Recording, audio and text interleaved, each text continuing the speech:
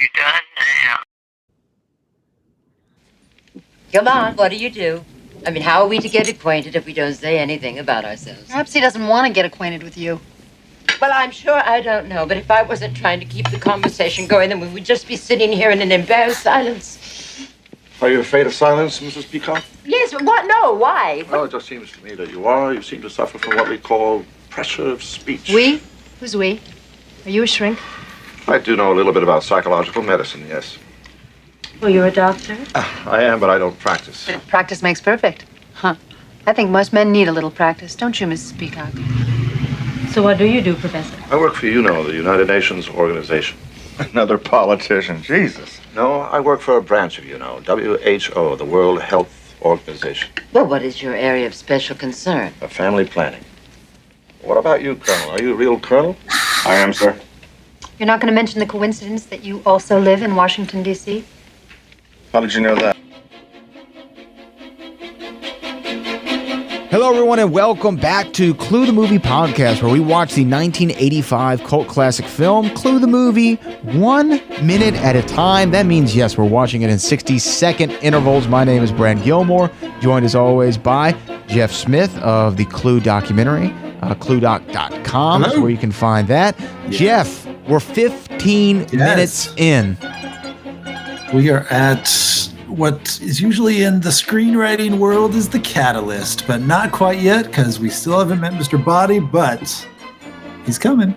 He's coming. So, okay, last minute, we lost our minds because we figured out that Miss Peacock never really saw the cook, so she couldn't put it together. That's right. We did. We lost our mind. That Wadsworth blocked her perfectly. Gosh. And the more I thought about that was the highlight of my month, by the way. It was that moment there. It's been the highlight of the podcast so far because I can't think of anything better that we've detected as the detectives of this minute by minute discovery podcast thing. Yes. No, that was exciting. So this is going to be a downer, this one. Sorry, everybody. There's nothing to discover this time, unless we didn't understand that the acronyms that Professor Plum were giving was you know and then who. So you know who. Wah, wah. You know who was good. Yeah. And again. Yeah. And played straight. I mean, it goes by so quickly that it's very easy to miss, but it's definitely there. Well, I think this is another one of those, and we've talked about it before, but when you're a kid watching the movie, the things you pick up on, and when you're an adult, the things that you pick up on.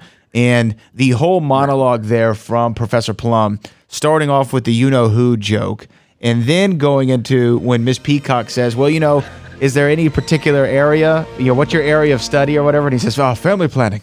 And just knowing what we know about the professor, you can see that the urge to merge, if you will, is clearly on his mind a lot. It's true. It's kind of like when Steve Martin used to do stand-up way back in the day, he had a joke that he talked about doing charity. And he said, I like to work with unwed mothers. And then everybody would laugh. And he'd say, no, just helping them get their start. And that was kind of his version of that joke as well. Yes. And it reveals that he was a practitioner of psychological medicine, but is no longer practicing. He does not practice. And then we get another good line from Miss Scarlett. Practice makes perfect. I think most men, they need a little practice. Don't you, Mrs. Peacock? And she seems a little confused by it, but this scene is moving, man. This is mile a minute sitting there at that table.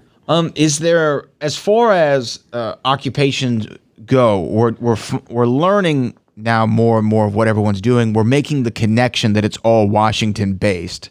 And we know this is in New England, so we've established before that they've had to drive, a pretty good distance, no matter where they might be, in order to come to this dinner party. And I'm trying to figure out, I guess, was the purpose of Wadsworth or whomever got the people together? Let's just not assume that we know yet. Whomever got this group of people together, was the purpose to disorient them by bringing them so far out of the place that they live? Was the purpose for them to not be aware of one another? Like, I'm trying to figure out, why do they make the trek from Washington to New England? Yeah, it's cool. It's a cool location. I will say that. Sure. Yeah, it could be. It certainly could be that. It could be as simple as just getting everybody out of town. Get out of town. Because even when they start working with the FBI later in the movie, it's not like they're hanging out in Massachusetts or wherever it is, Maine. I think we might have decided it was.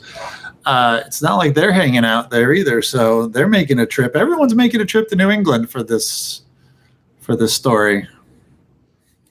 Yeah. I don't know, but yeah, and we do learn also in this scene that Colonel is actually a colonel, so that's good. It's not just a clever name.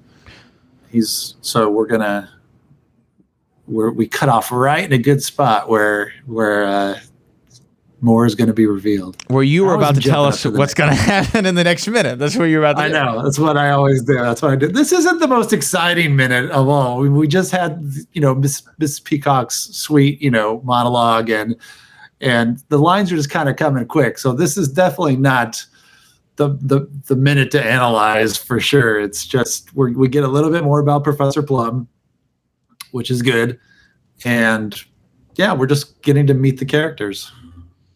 At the dinner table. And I guess someone who practices psychological medicine would be a doctor, not a professor, correct?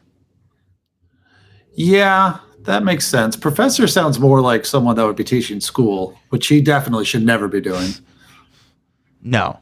He should Although not it be. wasn't Doc Brown originally Professor Brown? He was Professor Brown. Doc Brown was Professor Brown and had a pet chimpanzee instead of a dog. Instead of Einstein, the dog. Yeah, didn't you point out to Christopher Lloyd himself that 85 was the year that he played a doc and a professor, and that blew his mind? As much as you could blow Christopher Lloyd's mind. As much as you can. As much as you can blow Christopher Lloyd's mind. But I did point that out to him, which I feel like maybe I should play like a bit of that on the show one day so people can hear Christopher Lloyd's reaction. But I probably the most I've heard him talk about Clue would be that that exchange that you have. He doesn't talk about it. He doesn't talk about it a lot. I will try to find a full, because we mentioned he couldn't remember the director's name, and at the time I wasn't well versed enough with the film to just throw it off the top of my head. Whereas today would be different. But he doesn't. But also if you look at Christopher Lloyd's IMDb, it's ridiculous how much work that he has. Not only the iconic characters, but just so many movies. Yeah. Well, even when he was working, there's a scene in the Clue documentary where he and Michael McKean were up for the same part in this Polish movie that if they took the part, they would have to fly to Poland and make this weird movie. And I haven't seen it, but I looked it up, and it's this weird movie. I think there's a dragon in it.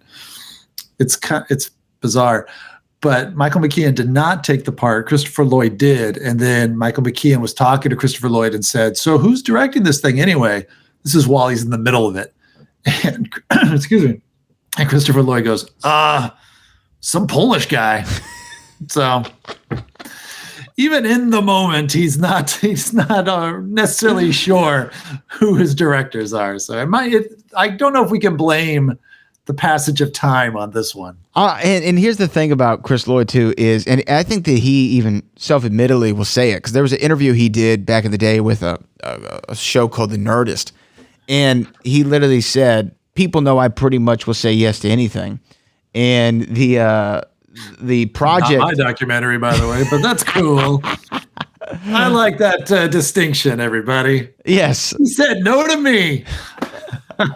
But he said that, well, I guess the show he was promoting at the time is he was the voice of the supervillain in a show called Bible Man. Oh, was that like a Kirk Cameron thing? Maybe, I don't know. Bible Man. Sounds like it should be a Kirk Cameron thing. Bible Man. I'm looking it up on IMDb now. Okay. Brady Will. I don't know if this is the same Bible Man. Well, I mean, how many can there be? There's a lot of Bible men out there. Yeah. I think so. Well, I know that Christopher Lloyd was the supervillain in a show called Bible Man. Okay. What was his character? Does it say? I'm trying to find it right now. I want to know who the villain in Bible Man is. Well, I mean, there's really only one logical choice, right? Christopher Lloyd in Bible Man. Why can I not find it? Now, I could make a really bad joke right now, but go ahead. well, yeah, maybe I you won't. should refrain. Yes, I will. Well, first of all, people who are just listening to this, you should really go out of your way to Google what Bible Man himself looks like, because it's a very strange looking person. Like, he doesn't look like, he looks kind of like the Phantom, Billy Zane's Phantom meets Okay. Oh, that Phantom. Okay. yeah, meets well, like kind of a, I don't know. I mean, he has a lightsaber. It's very strange. I'm really trying to find Bible Man. I'm looking it up. Oh. Yeah. Do you see Bible Man? It's live. Well, I see a live action version, and then I see a cartoon, and they have action figures. They have action figures of Bible Man? They sure do. I'm trying to find. He looks cool. I don't know, why is he wearing a mask? I don't know. I have so many questions. We need to do a Bible Man podcast. Did I make up that Christopher Lloyd was in this? Maybe. Because I cannot find him. It wasn't the most exciting minute of Clue, so we did find our way into talking about something random. Wait a minute. Yeah, Bible Man is a lot of There's a lot about Bible Man, but I don't see anything with Christopher Lloyd in it. the animated adventures. I may have made this completely up. Okay. I swear that he was promoting Bible Man. Because how else would I know about this show? I don't even know where you watch Bible Man. Bible Man is with Willie Ames from, that's who I'm thinking of, not Kirk Cameron. Willie Ames from Charles in Charge. He was Charles's friend Buddy, Wow. and he was in Zapped. Zapped, And then I think he was Scott Baio's friend in that too. He's always Scott Baio's buddy. And then I think he played Bible Man. We did a thing on Back to the Future, the podcast, where we talked about the 5 best Christopher Lloyd films not named Back to the Future. Okay. What if you had to come up with your 5? I'm putting you on the spot here. Clue is 5 best. Yeah. obviously was in Should we it. keep Clue on the list, or should we eliminate Clue too? Let's no, we got to keep Clue, I think. We'll keep Clue on there. It would be there, but I would say Roger Rabbit is definitely up there, like top 3. Yes. And then after that, Addams Family's okay. Mm-hmm. I'm not a huge Addams Family fan. Okay. It's fine. I really like. There's a movie that Michael McKean and Christopher Lloyd are both in called Radioland Murders. That's kind of it's from the early '90s, and it's a murder comedy. Go figure. I enjoy it, and it was produced by George Lucas right before he did the prequels. Oh wow. And he didn't direct it, but he produced it, and it was a script that he had been talking about for like way back since like the American Graffiti days. And it takes place at a 1930s or 40s live radio broadcast. And during the broadcast, this is back before TV, when they would bring out the singers and they do the commercials on stage in front of an audience and all that. And then during all this, a murder happens, and then it's a whodunit. So it's actually, Clue fans will probably enjoy it. And Michael McKean is a band leader, and he's very good in that. And then Christopher Lloyd is the sound effects man, and he's doing all the sound effects for all the radio shows while they're happening. Well, look at that. And George Burns is in it. Ned Beatty's in it. Joey Lawrence is in it. Brian Binman, who was on a show in the 90s called Dream On. Mary Stuart Masterson. Yeah, a lot of people. Jeffrey Tambor. Hey now. Yeah. Hey now. Exactly. And it's very silly, and it's one of those you either like it or you don't. But it's slapsticky, and it's mile a minute. It's very much like Clue. So I might put Radioland Murders in there, and then for the last one, Christopher Lloyd. Well, I mean, on my list, just to let you know, it was Clue. Yeah. It was The Addams Family, Who Framed Roger Rabbit, Okay. and these last two are just personal favorites. Angels in the Outfield Okay. and The Page Master with Macaulay Culkin. And I have not seen either one of those. You've never seen The Page Master? No. Okay. Do you have any idea what the plot of The Page Master is? I know he turns into a cartoon. I'm a cartoon. He says it in the trailer. I think I saw the trailer back in the day, and that was enough. I'm like, I got it. Macaulay plays this scared kid whose dad is trying to get him over his fears. So his dad builds him a treehouse, which is how most people get over their fears, by having a Sure. treehouse. And This is what I've been doing wrong all these years. And then, but here's the weird thing about it: he's building the treehouse, nailing stuff in, and he's doing it in the evening hours. Okay, maybe he's off work, whatever. He tells his son, played by Macaulay Culkin, "Hey, I need you to go to the hardware store and pick me up some of these nails. I need a bag of nails." So he gives Macaulay a nail, and Macaulay has to get on his bike and bike to the hardware store. In the dark. The sun is setting rather quickly. Okay. The sun is setting rather quickly. So Macaulay is going down this trail, and then rain starts coming down. Oh, classic. Yeah. And, Sure. and then thunderstorms. Tree falls down. He gets scared. So where does he run to? He doesn't bike home. He goes into the library. And in the library, Christopher Lloyd is the librarian. Okay. And he asks Christopher Lloyd, "Where's the phone? I got to call my dad." So he goes to the back of the library to call his dad. And on the way back to the payphone, he notices that paint from the ceiling is starting to drip. He falls and slips on the paint, hits his head. And when he wakes up, there's a tidal wave of cartoon animation coming toward him. And it hits him and splashes, and then everything is a cartoon. And he meets 3 books. I'm really into this. He meets 3 books: adventure, horror, and fantasy. These are 3 characters. Adventures played by Patrick Stewart. Okay. Fantasy is Whoopi Goldberg, and I can't remember who plays horror. But they then guide him through public domain classic novels. Yeah. Like Gulliver's Travels and Moby Dick and Dr. Jekyll and Mr. Hyde, in order to reach where? The exit in the library, so he can get the out. hardware store. So he can get out and go home. So it's a romp. Does he ever get the nails? You know what? This is a great question, and I don't think that he gets the nails. But he goes to meet. That was the whole point. He goes to meet the Page Master, who is this cartoon version of Christopher Lloyd, who is the librarian. But now he's the Page Master, and the Page Master grants him access to the exit so he can go home.